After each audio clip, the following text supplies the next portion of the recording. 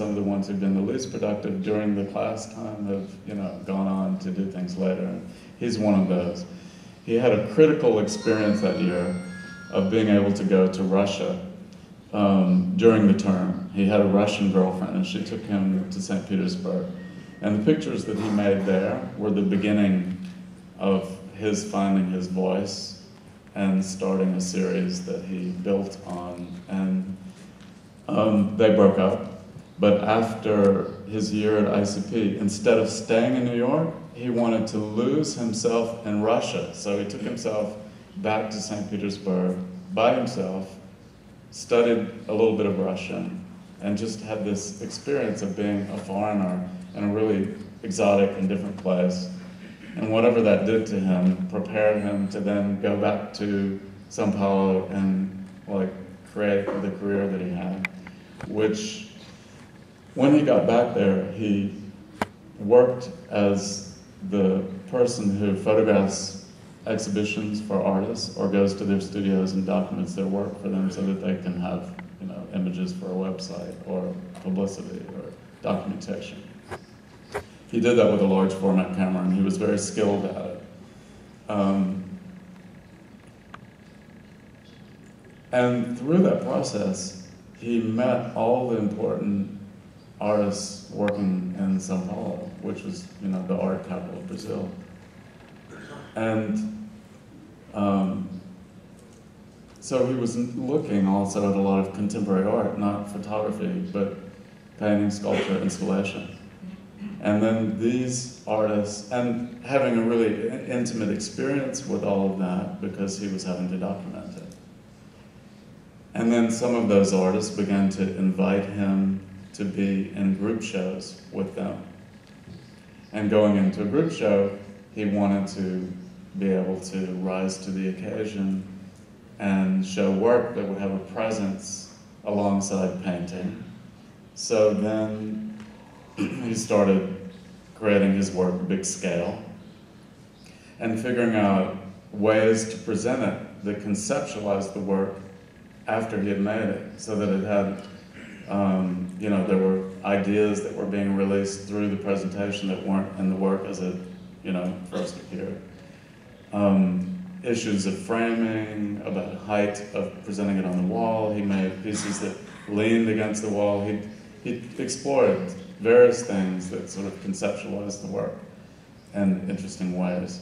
And he wound up having a couple of really good solo shows with important galleries in Rio and Sao Paulo before he decided to come back to New York in 2001.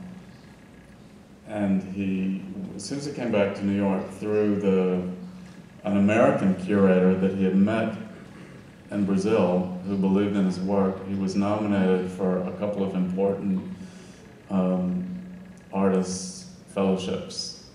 And he got 2, within the first year that he was there, and found a small gallery that he worked with. And then his girlfriend joined him. They wound up having 2 babies in New York. And they were there 4 or 5 years before they, decided that it was going to be easier to raise a family back in Sao Paulo, so he moved back to Sao Paulo. And while he was in New York, on a trip back to Brazil, he made this work, which became his early signature work. He went to Brasilia on the day for the Lula da Silva's first inauguration. And Lula imported all of these people from the cities to celebrate his inauguration. So that the context was this kind of pristine government mall and this high modernism designed by Oscar Niemeyer that had the populace, the demographics of the populace spilling into it, turning it into this raw and messy kind of day. And this was his first time in Brasilia, and he did this whole series, in one day, on that inaugural day. And this became the series that launched his international career. there are about 20 images in the series, and I think it's kind of amazing, even though he'd done other series, that it was this series that he did in basically one afternoon that created his reputation. This is the series that the Tate Modern bought for their collection, and it was presented by, when they bought it at the Frieze Art Fair in London from the gallery that was then representing him in Brazil, Triangulo Gallery. And when Frieze buys work, when the Tate Modern buys work from the Frieze, they have a press conference to announce the artist that they're buying. It's a kind of award. And that inspires all of these other collectors to follow suit. So then there was a rush to buy this work, and a lot of them sold out. And although the Tate Modern bought smaller size prints that were less expensive, his ideal size is really large scale. It's very expensive, so he wound up selling all, making all this money. And from this body of work. And then he was included in the São Paulo Biennale, which is very international. He was actually included by a Spanish curator who was co-curating that Biennale. And that he was given a tremendous amount of space. He showed 3 different series and maybe 40 prints, and the Biennale paid for the production of all of that. And then shortly after that, he changed galleries, and he now is represented by Fortes Veloso, which is one of the top 2 galleries in Brazil, and has had shows internationally. When Obama was elected, Mauro came to New York and wanted to go to that inauguration to try to repeat that kind of approach, to a day of political significance. But when he went, it was a very cold day, and something happened, malfunctioned with his 35mm camera, Leica, and you can see it's evident in the frames. There was a problem with the shutter. So a lot of the pictures had this kind of effect, and some of them didn't. But he then created this series in one day again, and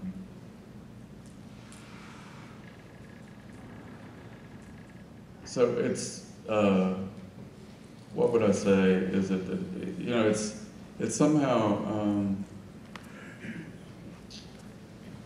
creating concepts that have to do with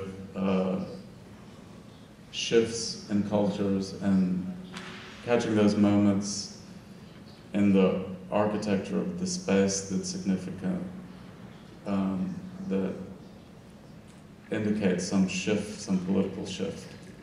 And so his timing has been, well, at least with Brasilia, and then this was much more self-conscious.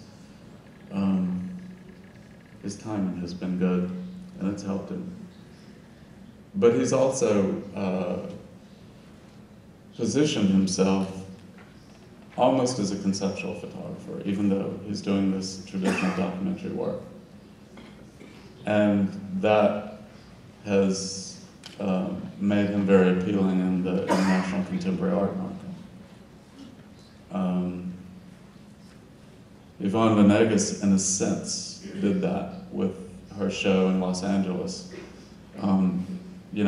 It's very documentary work, documentary portraiture, but it's also the fact of what the political significance of that work, the whole idea of what Tijuana has become and all of the tension around it, and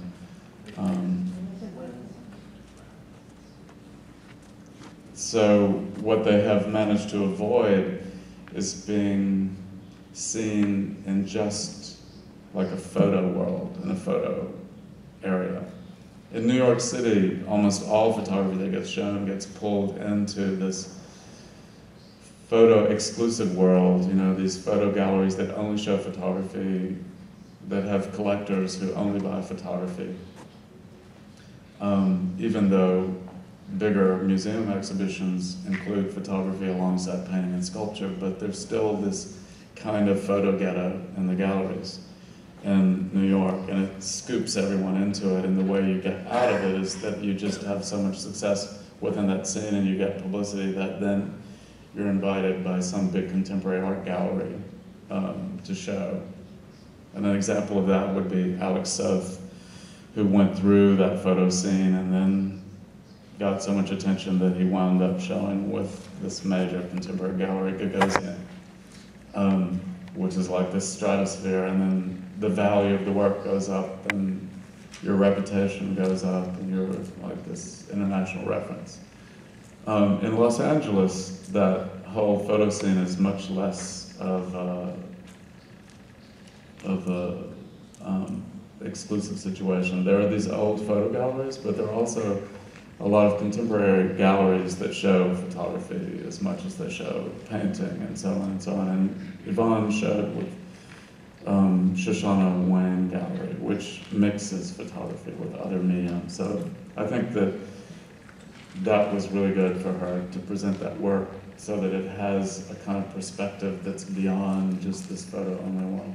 Because in the international biennales and biennials and art fairs, the photography that gets shown comes from that contemporary art world, and it tends to be more conceptual. It generally doesn't flow from these photo exclusive galleries. They're still pretty cut off.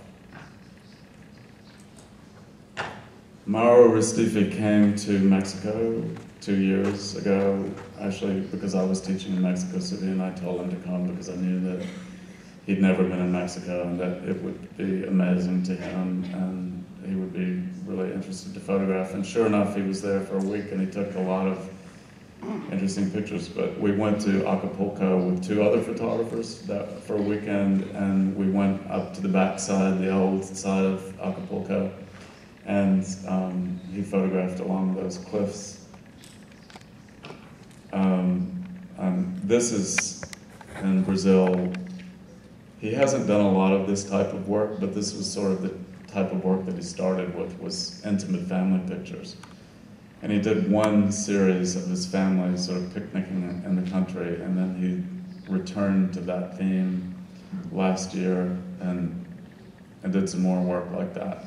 Basically, his work has been urban and in public space, and more about the architecture of public space and political significance of that, and not so familial like this.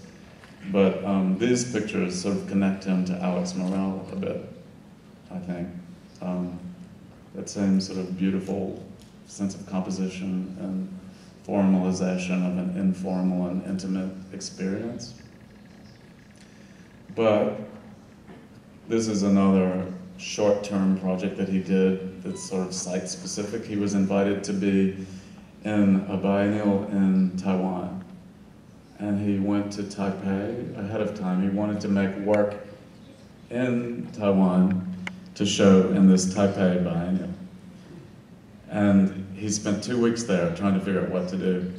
And then he decided to do these group portraits of these armies of motor scooters, because this is the biggest mode of transportation in the capital. And it's called red lights. He would wait for a stoplight and run in front of these people and take this sort of group portrait. And he made about 20 of those, and that's what he showed in that. And he printed them sort of smaller than he usually does so that he could show the whole group of 20-something in one big gallery as part of the Taipei Biennale.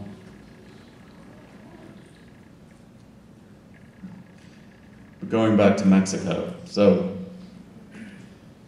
he was exploring subjects in Mexico City, and he decided to photograph this site of, if I can pronounce it properly, Tlatelolco.